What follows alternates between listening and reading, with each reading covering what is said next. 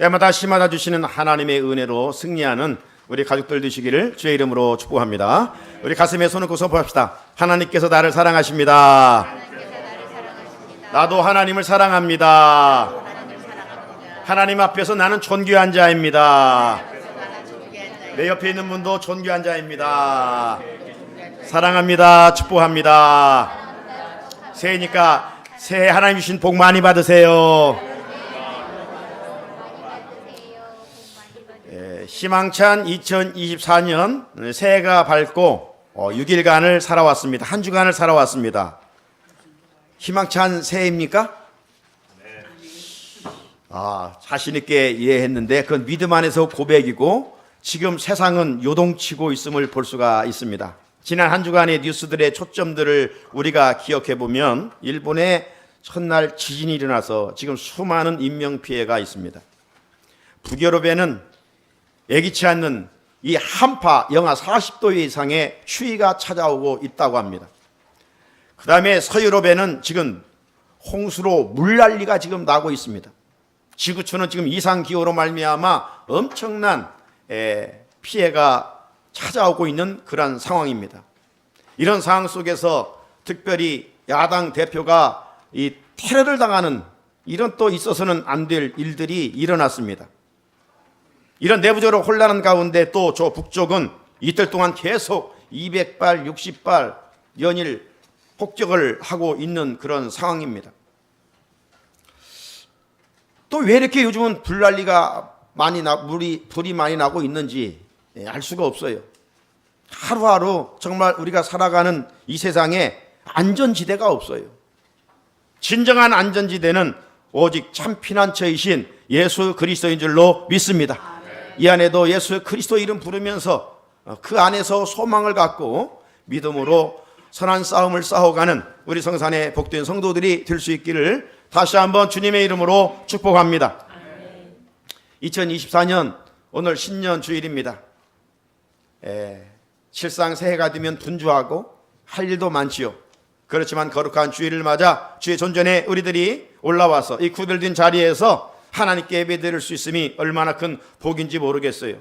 오늘도 준비된 예배를 통해서 먼저 이 위에 계신 하나님께 큰 영광을 돌리고 우리에게 영적으로 재충전과 안식을 누리는 복된 날이 되어야 될 줄로 믿습니다. 특별히 새해에는 소원을 가지고 또 우리 각자의 어떤 다짐도 하면서 한 해를 시작합니다. 우리는 약합니다. 작심삼일하기 쉽습니다. 그러므로 우리는 성령님의 은혜가 필요합니다.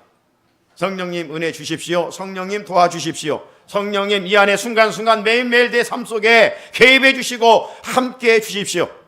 그래서 우리의 다짐이 헛되지 않게 하시고 또 우리의 계획들이 성령의 도우심 속에서 아름답게 열매에 맺어갈 수 있도록 은혜를 베풀어 주십시오. 주의 은혜가 아니면 살 수 없음을 고백합니다. 이런 신실한 믿음을 닮아서 하나님께 나아가면 중심을 헤아리는 하나님께서 우리에게 은혜를 입혀 주실 줄로 믿습니다. 우리는요 주인이 아니에요. 우리는 청지기입니다. 청지기는 주인의 것을 잘 관리하는 지혜를 가져야 돼요. 새해니까 우리가 세 가지만 새해 관리를 잘 할 수 있기를 제가 부탁을 드립니다. 첫째는 몸 관리입니다. 몸을 잘 관리해야 돼요.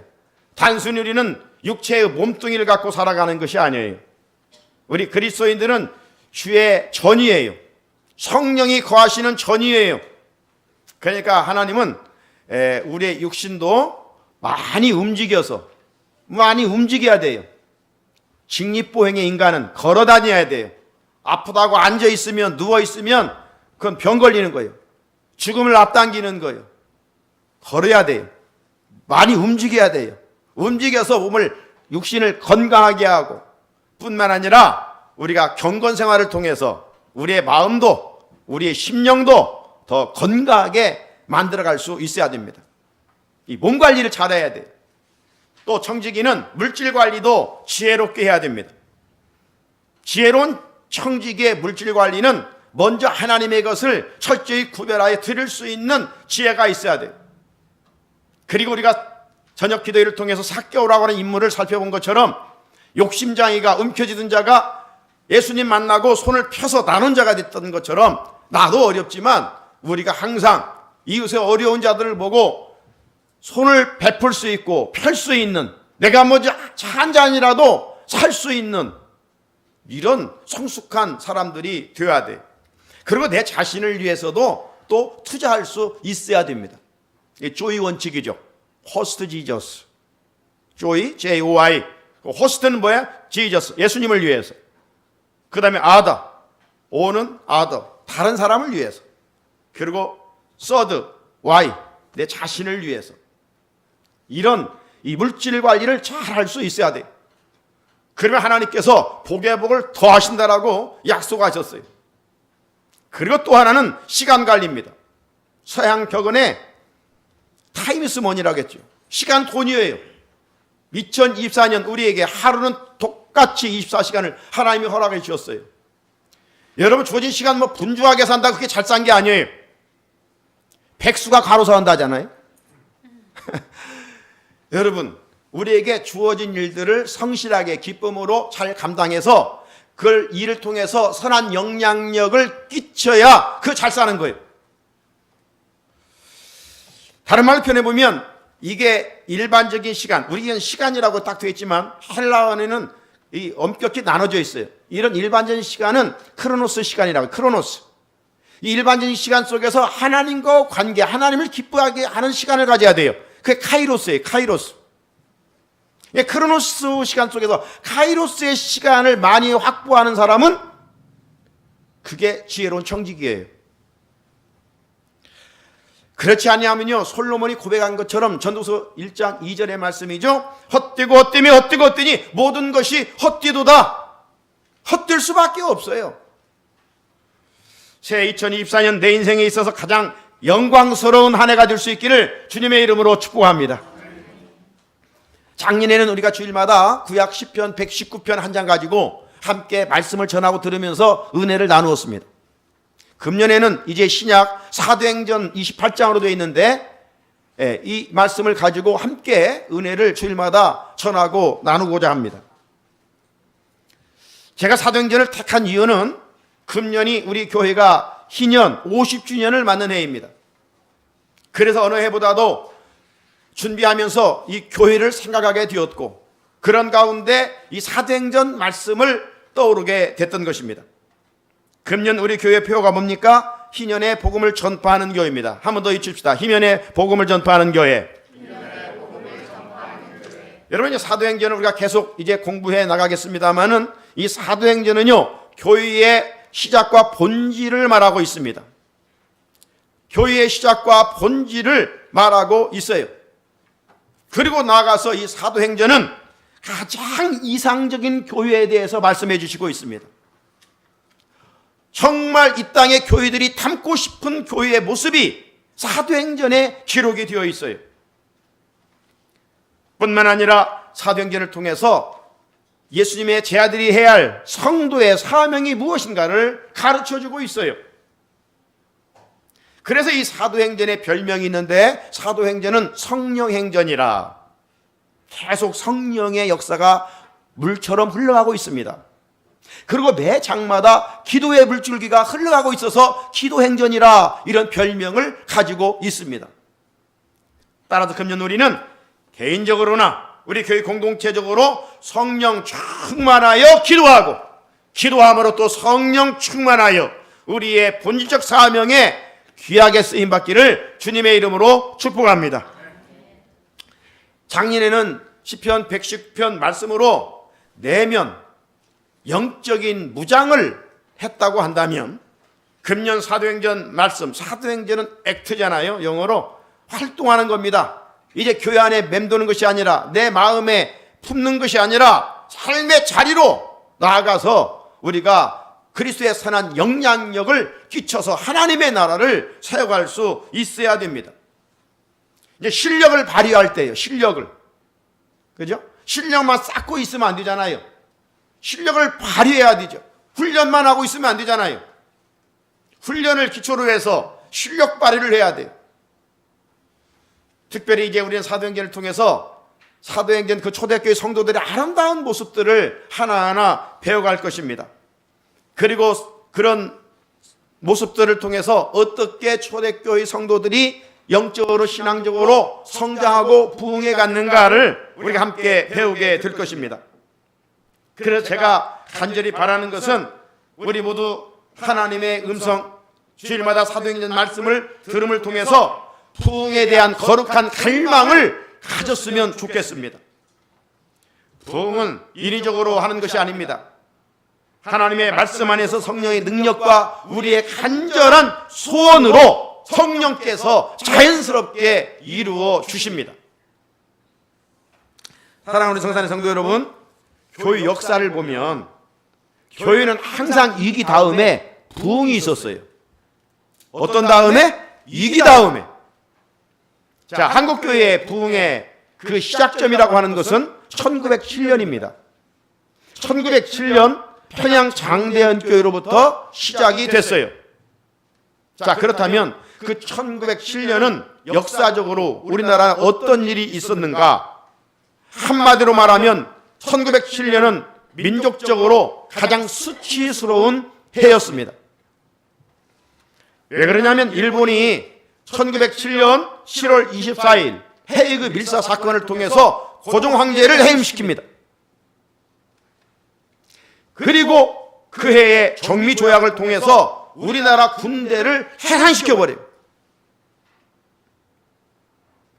같은 해 민주국가로서의 자주권을 잃어버린 수치스러운 해가 바로 1907년이에요.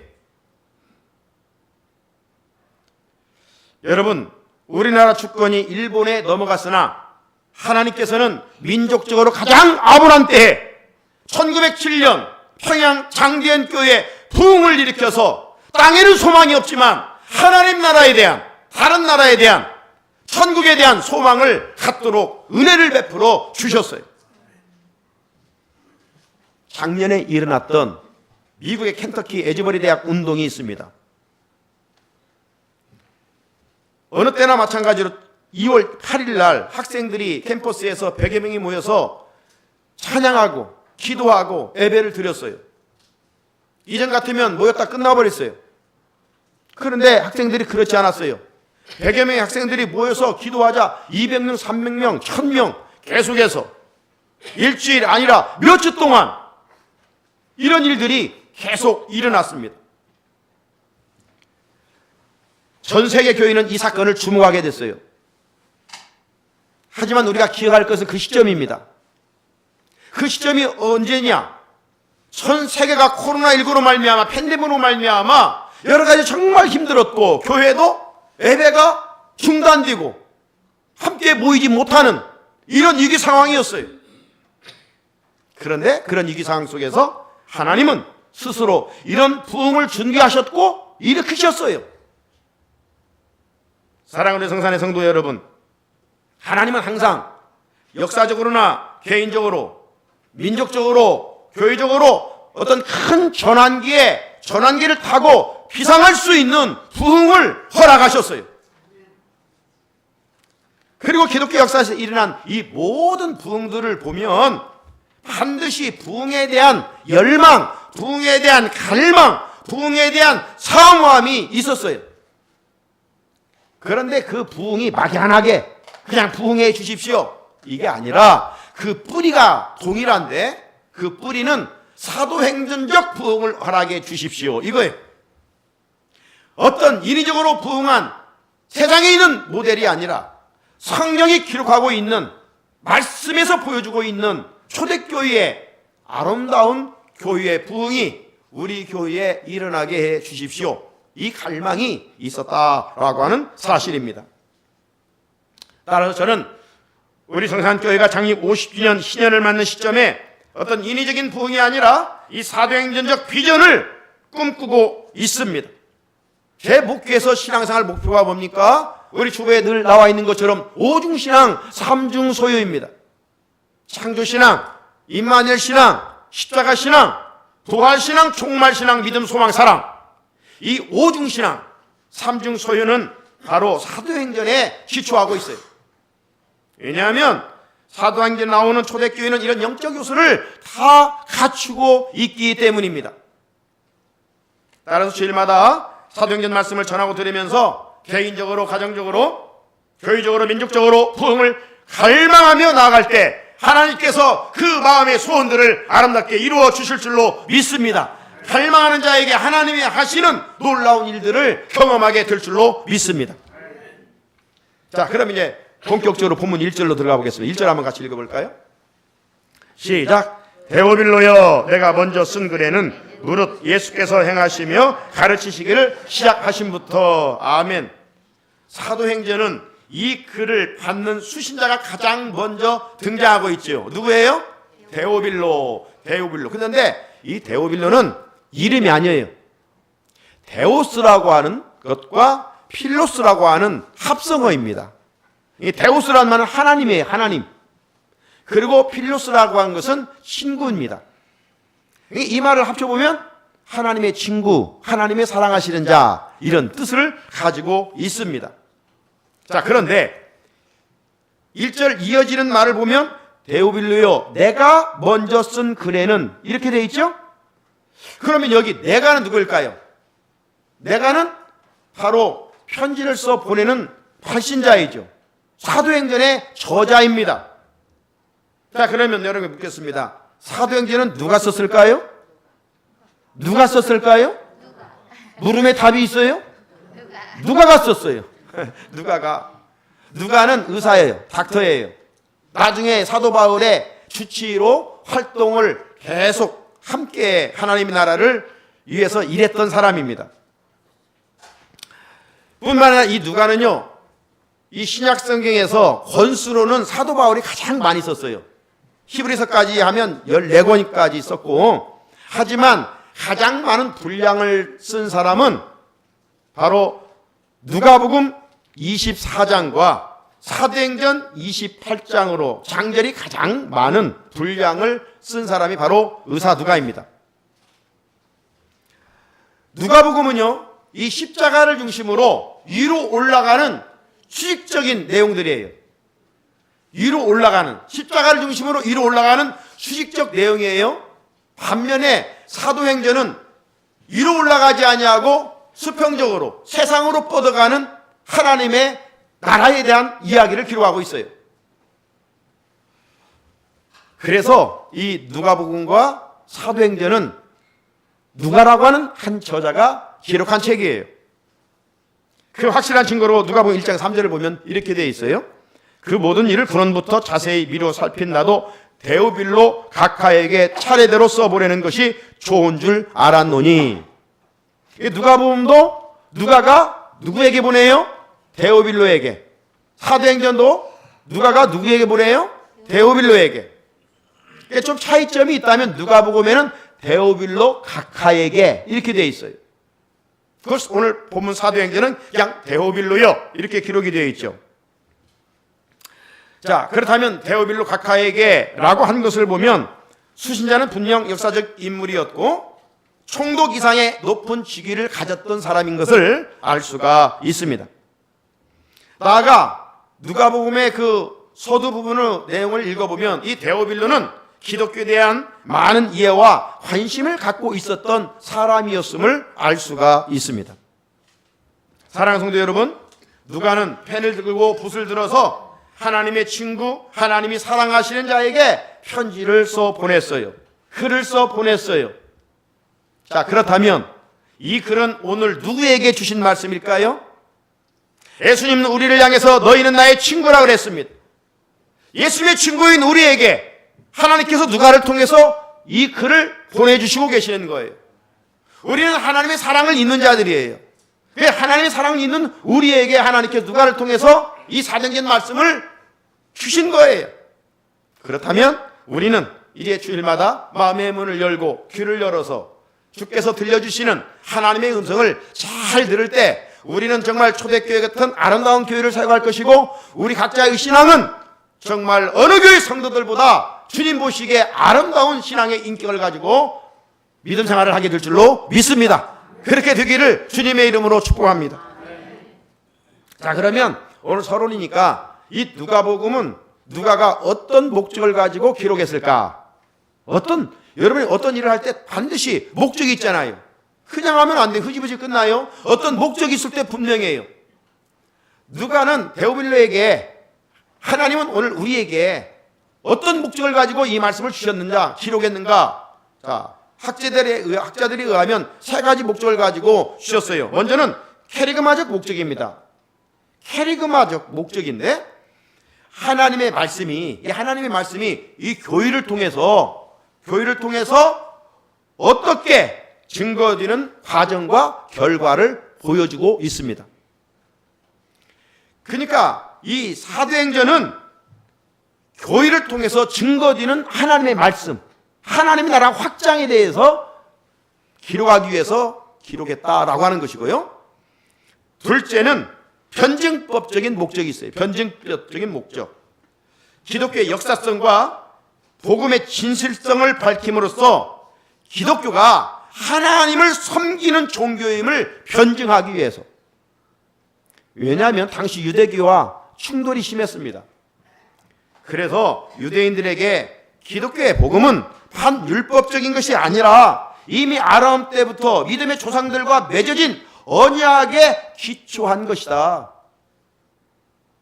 이것을 강조하기 위하여 기록해 놓은 책이 사도행전입니다. 그리고 또 하나는 절충적인 목적입니다. 절충적인 목적. 이제 우리가 배워갑니다마는 1장에서부터 12장까지는 주요 인물이 사도 베드로예요. 그리고 13장부터 28장까지는 사도 바울입니다. 베드로는 예루살렘 교회를 대표하는 인물이고 바울은 이방인 교회를 대표하는 인물입니다. 그 유대인 교회와 예루살렘 교회와 이방인 교회가 나눠져 있는 것이 아니라 분열되어 있는 것이 아니라 서로 상충하지 않은 것이고 한 소망과 한 복음 안에서 하나일 수밖에 없다는 것을 보여주기 위해서 사도행전을 기록했다라고 하는 것입니다. 자, 나아가서 이 내용적인 특징이 있는데요. 이 사도행전은 어떤 내용을 담고 있는가? 첫째는 사도행전은요, 이제 복음서가 있고 역사서가 있고 서신서가 있고 마지막 계시록 28장 요한계시록이 22장으로 되어 있는데 크게는 네 부류로 나눈 중에 딱 한 권 역사서가 있습니다. 구약에는 역사서가 12권인데 이 신약에서는 역사서가 한 권 있는데 바로 사도행전입니다. 사도행전. 특히 베드로와 바울의 행적을 중심으로 하여 이 초대교회 역사를 찾아볼 수가 있어요. 둘째는 교회 설립의 원동력이자 사도들의 증거 사역에 중추적 역할을 했던 성령의 역사가 어떻게 점진적으로 이루어지고 있는가. 아까 성령 행전이라고 했죠. 사도행전의 별명이. 성령의 역사에 대해서 계속 기록해 놓고 있습니다. 하나님의 일은 성령이 아니면 할 수가 없어요. 예수님의 사역도 다 성령으로 잉태해서부터 마지막 성령님이 늘 그림자처럼 따라다니셨어요. 성령은 하나님의 영이에요. 오늘 우리가 하나님의 영을 덧입지 않으면 아무것도 할 수 없어요. 빈 깡통이에요. 셋째는 이 구약의 율법 중심의 사고방식이 신약 복음 중심의 전환. 이게 복음의 능력, 예수의 능력을 율법은 구원을 받는 것이 아니고 율법은 죄를 깨닫게 하는 것이고 죄를 깨닫게 하여 회개하여 예수를 믿게 하여 복음을 받아들여 구원을 얻게 하는데 그런 내용들이 기록이 되어 있어서 이 사도행전에는 많은 베드로의 설교, 스데반의 설교, 사도 바울의 설교, 많은 설교들이 있음을 볼 수가 있어요. 설교의 메시지의 초점이 뭐예요? 회개하고 예수 믿고 구원받으라는 거 아니에요? 복음을 전하는 거예요. 그리고 또 하나는 이 당시 최고의 권력층을 가지고 있었던 로마 세계와 이방, 동방 신비주의 사상이 사로잡혀 있는 이방인들에게 기독교 복음을 증거하는 변증서 역할을 하고 있음을 볼 수가 있어요. 이게 복음은 예루살렘에 머물고 이스라엘만 구원을 얻고자 하는 것이 아니에요. 우상 섬기는 저들에게 복음이 전해서 저들이 회개하고 다 구원받기를 원하시는 하나님의 사랑이 계속 흘러가고 있음을 사도행전은 보여주고 있습니다. 따라서 사도행전은 성령으로 먼저 무장해야 할 우리 그리스도인들과 우상 숭배로 물들어가는 세상 사람들에게 필요적절한 하나님의 말씀이라고 생각이 되어지는 것이죠. 그러니까 사도행전 말씀은 믿는 자나 믿지 않는 자에게 모두에게 해당되는 말씀이에요. 믿는 자에게는 더 굳센 믿음을 만들어주시는 것이고, 믿지 않는 자들은 복음이 전하여서 죽게 돌아와 날마다 구원받는 수가 더해가게 하는 그런 역사가 이 사도행전의 역사예요. 자, 그럼 본문을 보면 누가는 먼저 두 번째 글을 쓰기 전에 먼저 쓴 글에 대해 핵심 내용을 정리하고 있습니다. 우리가 영화가 히트치면 어떻게 돼요? 1편, 2편, 3편 막 이렇게 나오잖아요. 어떤 대하 드라마도 잘 만들어지면 그 뒤에 또 어떤 역사적 이런 소재거리를 가지고 또 이 방송을 해나가잖아요. 자, 그러면 전편이 이제 일단락튀고 또 하나의 영화나 방송을 만들었다면 그때 이제 1편을 보지 못하는 사람들의 선 이해를 위해서 2편을 시작하기 전에 전편을 좀 요약해서 방송을 하잖아요. 그래야 흐름을 파악할 수 있기 때문입니다. 이런 것처럼 이 누가도 동일한 인물 데오빌로에게 편지를 쓰기 때문에 먼저 쓴 글에 대해서 요약을 하고 있어요. 먼저 쓴 글은 누가복음인데 누가복음 24장까지 긴 글을 써서 보냈었거든요. 그리고 이제 시간차가 있었기 때문에 이 24장에 대한 함축적으로 요약을 해서 보낸 내용이 오늘 본문 1절로 3절이에요. 자, 어떤 내용을 썼다고 해요? 데오빌로여, 내가 먼저 쓴 글에는 무릇 예수께서 행하시며 가르치시기를 시작하신부터 그가 택하신 사도들에게 성령으로 명하시고 승천하신 날까지의 일을 기록하였노라. 그가 고난받으신 후에 또한 그들에게 확실한 많은 증거로 신이 살아계심을 나타내사 40일 동안 그들에게 보이시며 하나님 나라 일을 말씀하시니라. 누가는 첫 번째 누가복음을 통해서 데오빌로에게 어떤 내용을 기록해서 보냈다고 이야기합니까? 예수님께서 행하신 일, 예수님께서 가르치신 일을 써 보냈다고 말합니다. 예수님의 동역자로 12제자를 불렀는데 그들에게 성령으로 명하신 것과 또 마지막 예수님께서 승천하신 일까지 누가복음에 기록해놨다는 겁니다. 특별히 누가는 이 복음의 캐리그마인 예수님의 십자가와 부활에 대해서, 그리고 예수님이 부활하사 40일 동안 세상에 계시면서 하나님의 나라에 대해서 말씀하셨다라고 기록을 해 보냈습니다. 한마디로 말하면 누가는 데오빌로 각하에게 예수님이 이 땅에 성취하신 구속사역에 대해서 글을 써 보냈다라고 하는 거예요. 자, 첫 번째 보낸 내용을 조금 풀어보면 누가는 먼저 예수님의 공생에 대한 이야기를 써 보냈습니다. 예수님의 공생에는 삼중사역이죠. 휴당에 들어가셔서 말씀을 가르치시고 길거리에 다니면서 복음을 전파하시고 또 병든 자와 귀신 들린 자를 고쳐주시고 치유해 주시는 힐링 미니스트리 치유 사역을 하셨어요. 자, 이런 일들을 위해서 혼자 등이 하실 수 있지만 갈릴리 중심으로 바닷가를 다니시다가 또 세관을 지나가시다가 제자들을 12명 불러서 함께 동역한 내용이 누가복음에 기록이 되어 있습니다. 특별히 누가는 데오빌로 각하에게 복음 중에 복음인, 복음의 캐리그마인 예수님의 십자가와 부활에 대해서 강조하여 기록하고 있었음을 알 수가 있어요. 이 예수님의 십자가 부활은 누가만이 아닙니다. 모든 마태, 마가, 또 누가, 요한, 모든 복음서 기자들이 다 중요 메시지로 다루고 있는 것이 예수님의 십자가 부활이에요. 훗날 사도 바울도 마찬가지입니다. 사도 바울의 복음의 핵심 메시지가 뭐냐? 예수님의 십자가 부활이에요. 오늘날 교회가 건강하게 세워져 가기 위해서는 그러므로 이 강단에서 끊임없이 선포되어야 할 하나님의 메시지는 예수님의 십자가와 부활입니다. 왜? 교회는 주님의 십자가와 부활 위에 터전 위에 세워졌기 때문입니다. 나아가 누가는 부활하신 예수님이 40일간 세상에 계시면서 하나님의 나라의 일을 말씀하시니라 라고 했어요. 예수님의 공생의 핵심의 메시지는 뭐예요? 이 땅의 나라 이야기를 하러 오신 것이 아니에요. 가이사와 싸워 이기기 위해서 오신 것이 아니에요. 하나님의 나라 이야기, 바실레이아, 하나님의 나라 왕국, 킹덤 오브 갓, 하나님의 나라에 대해서 그분은 이적도 기적도 행하셨고 말씀도 전하셨고 또 치유사역도 행하신 거예요. 이 하나님의 나라는 신구약 성경의 중심 메시지예요. 그렇다면 하나님의 나라는 어떤 나라일까요? 하나님의 나라는 구약 선지자들에 의해서 계속 예언되어 왔어요.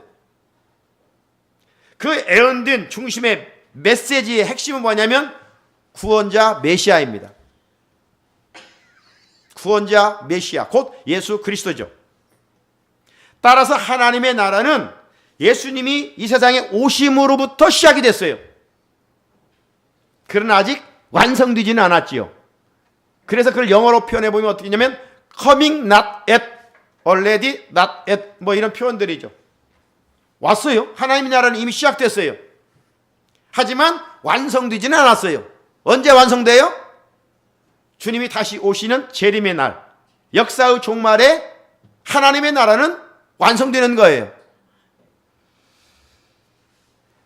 하나님의 나라는 어떤 나라인가? 왕이신 하나님이 다스리는 나라예요. 왕이신 하나님이 통치하시는 나라예요. 하나님의 나라는 영역의 의미도 있지만 또 하나의 페이스의 영역의 의미도 있지만 지금은 하나님의 통치, 하나님의 주권, 하나님의 왕권이 미치는 곳입니다. 따라서 왕이신 하나님의 다스림을 받고 믿음 안에 살아가는 자들은 이미 그 안에 하나님의 나라가 임한 거예요. 그래서 예수님은 하나님의 나라에서 정의를 하시기를 누가복음 17장 21절에 이렇게 말씀하셨어요.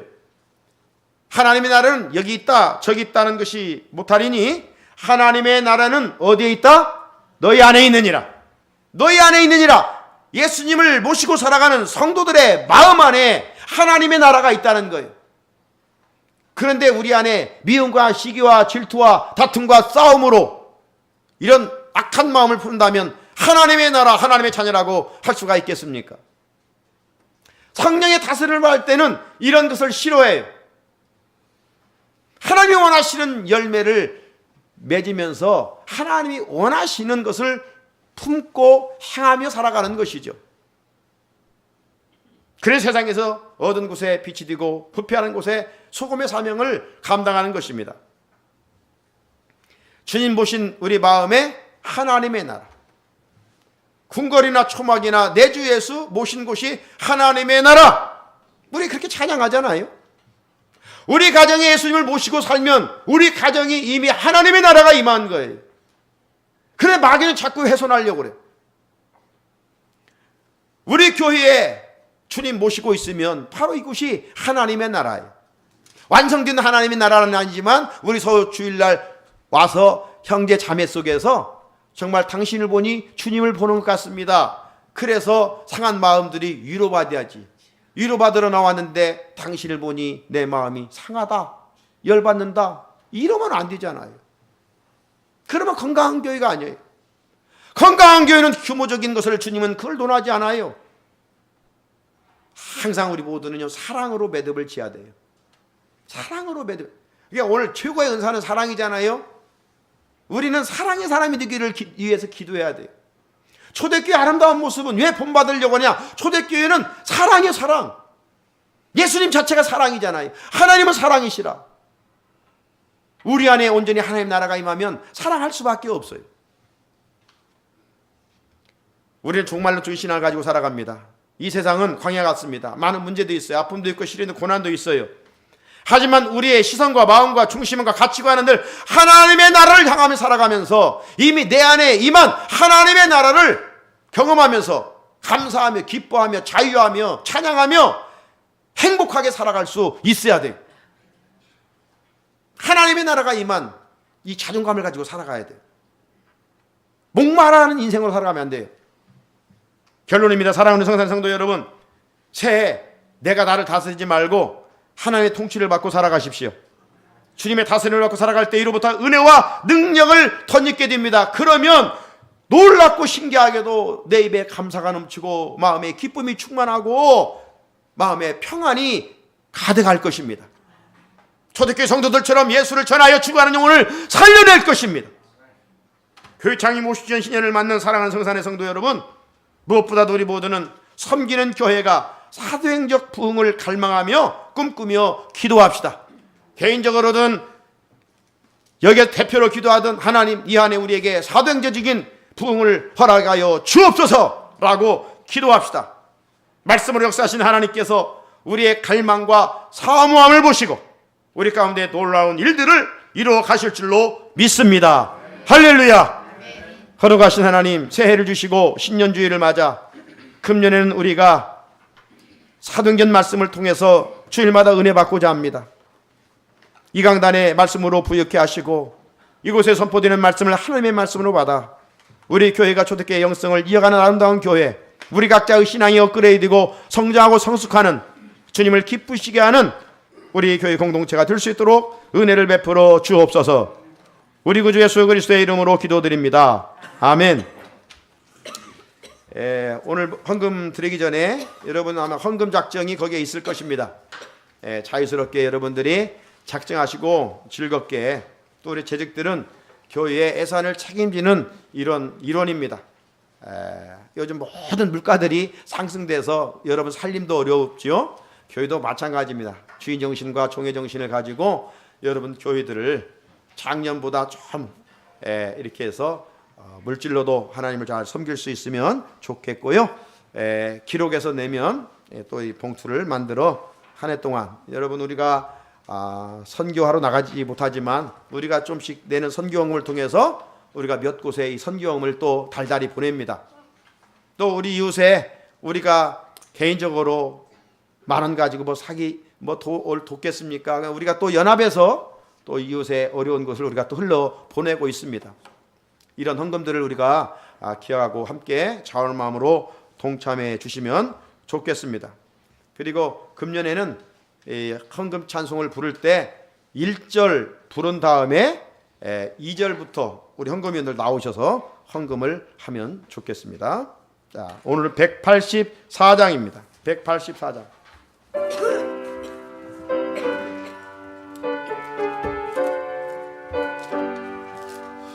불길 같은 주 성령 간구하는 우리에게 지금 강림하셔서 영광 보여주소서.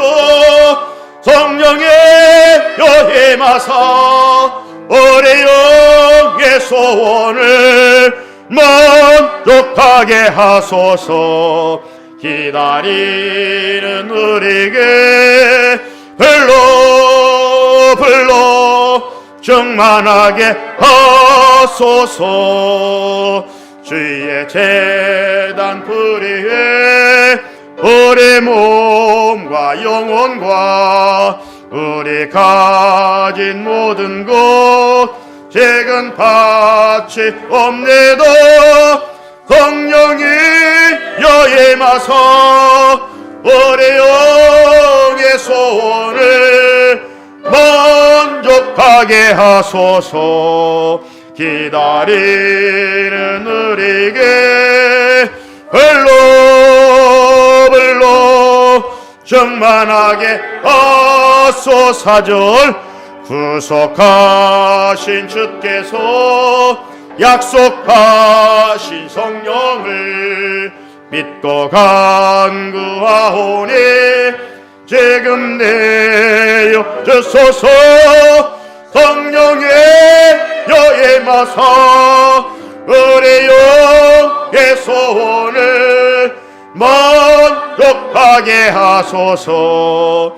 기다리는 우리에게 불러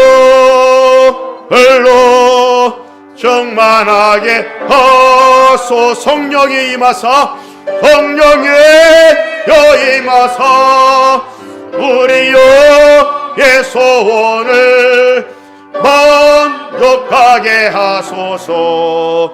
기다리는 우리에게 불러 충만하게 하소서. 다 같이 일어나셔서 봉헌 찬송 이제 새로 준비되어 있습니다. 주여 받아 주소서.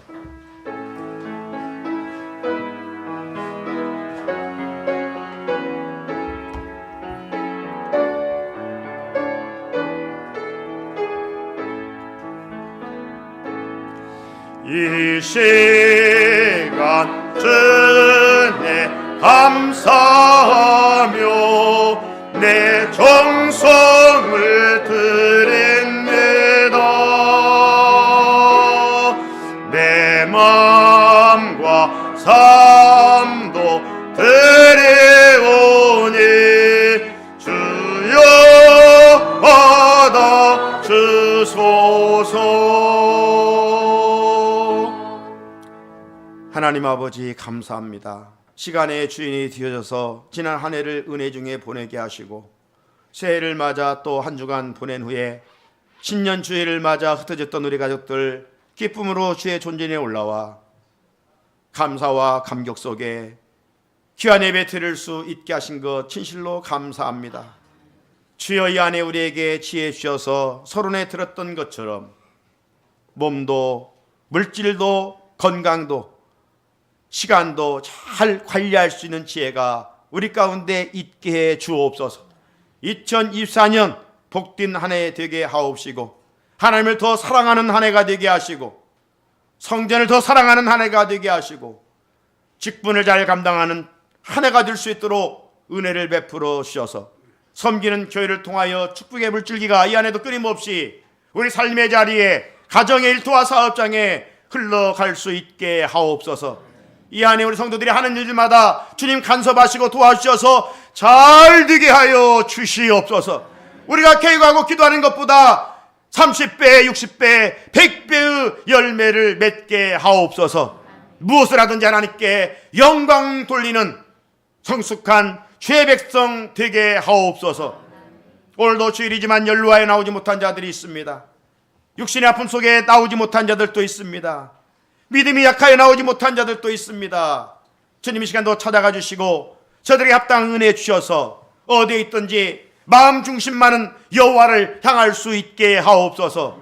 이 안에도 주 없이 살 수 없음을 고백하게 하시고 늘 힘들고 어려울 때 주님 이름 부르고 여호와 이름 부르고 기도함으로 살아 계시는 하나님 만나고 믿음 안에서 승리하는 우리 성산의 성도들이 되게 하여 주시옵소서. 세상은 요동치고 있습니다. 불안전합니다. 불확실합니다. 하루에도 어떤 일이 날 줄 모릅니다. 주여 이 한 주간도 눈동자같이 우리 성산의 성도들을 지켜주시고 보호하시고 함께하여 주시옵소서. 주시는 은혜에 감사하여 이 모양 저 모양 하나님께 드립니다. 하나님 이 안에도 우리가 다짐한 예물 하나님께 드리기에 부족함이 없도록 주께서 가정들마다 물질의 복을 더하여 주옵소서. 우리 자녀들 앞길을 주께 의탁합니다. 인도하시고 연금 받으시고 자녀들을 인하여 감사할 시간들이 넘치게 하여 주옵소서. 예수님의 이름으로 축복하며 기도드립니다. 아멘. 자리에 앉으시고 우리 함께 선포합시다. 말씀이 능력입니다. 말씀이 축복입니다. 주님의 십자가는 우리의 능력입니다. 주님의 부활은 우리의 소망입니다. 할렐루야. 옆 사람과 선포합시다. 복의 통로가 됩시다. 복의 통로가 됩시다. 네, 복을 받아서 흘러보내는 복의 통로가 되시기를 축복합니다. 다 같이 일어나셔서 이제 1월 달에는 이 땅의 황무함을 웃어 부활이라는 찬양을 가지고 우리 달달 월별로 찬양이 있습니다. 부흥 우리 같이 불러보겠습니다.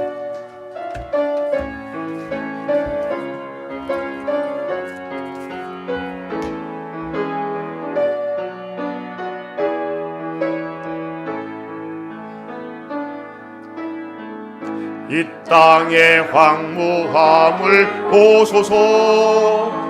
하늘의 하나님 긍휼을 베푸시는 주여 우리의 죄악 용서하소서.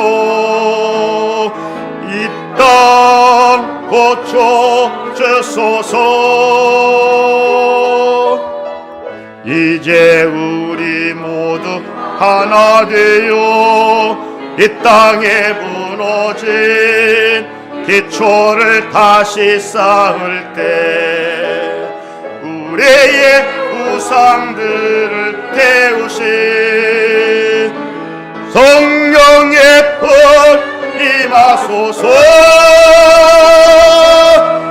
풍의 불길 타오르게 하소서. 진리의 말씀 이 땅 새롭게 하소서. 은혜의 강물 흐르게 하소서. 성령의 바람 이제 불어와 주의 영광 가득한 새날 주소서. 주의 나라 이 땅에 임하소서. 주님은 우리에게 사도행전 부흥이 타오르기를 소원하십니다. 우리가 그런 갈망을 가지고 이 안에 믿음의 선한 싸움을 싸워가기를 소원하십니다. 교회 버리듯이 우리 구주 예수 그리스도의 은혜와 하나님 아버지의 그 놀라우신 사랑과 성령님의 감화감동 교통하시며 내조하시는 은혜가 초대교회 영성을 우리 교회 영성으로, 초대교회 성도들의 신앙을 우리의 신앙으로 이어가 하나님의 나라를 맛보며 하나님의 나라를 세워가기로 다짐하고 돌아가는 제 백성들 머리머리 위에와 가정과 자녀들과 교회와 이 나라 민족과 열방 가운데 이 은혜가 영원토록 함께 하시기를 간절히 축원하옵나이다. 아멘.